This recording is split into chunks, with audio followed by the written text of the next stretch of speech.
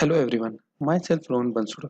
Today I will be showing a demo on how to use TBox XModule open file. So now let's jump to Tosca. Open file module can be found in modules, standard modules, TBox X engines, file, open file. This module contains three sub-attributes.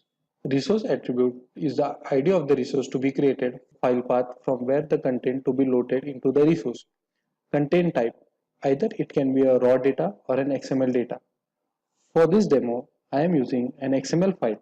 As you can see on my desktop, there is products.xml file. I will just now open it. As you can see, there is an data in the XML structure here. So now by using the open file module, I will be loading this content into the resource ID. I will now drag and drop this module. I will rename this test case.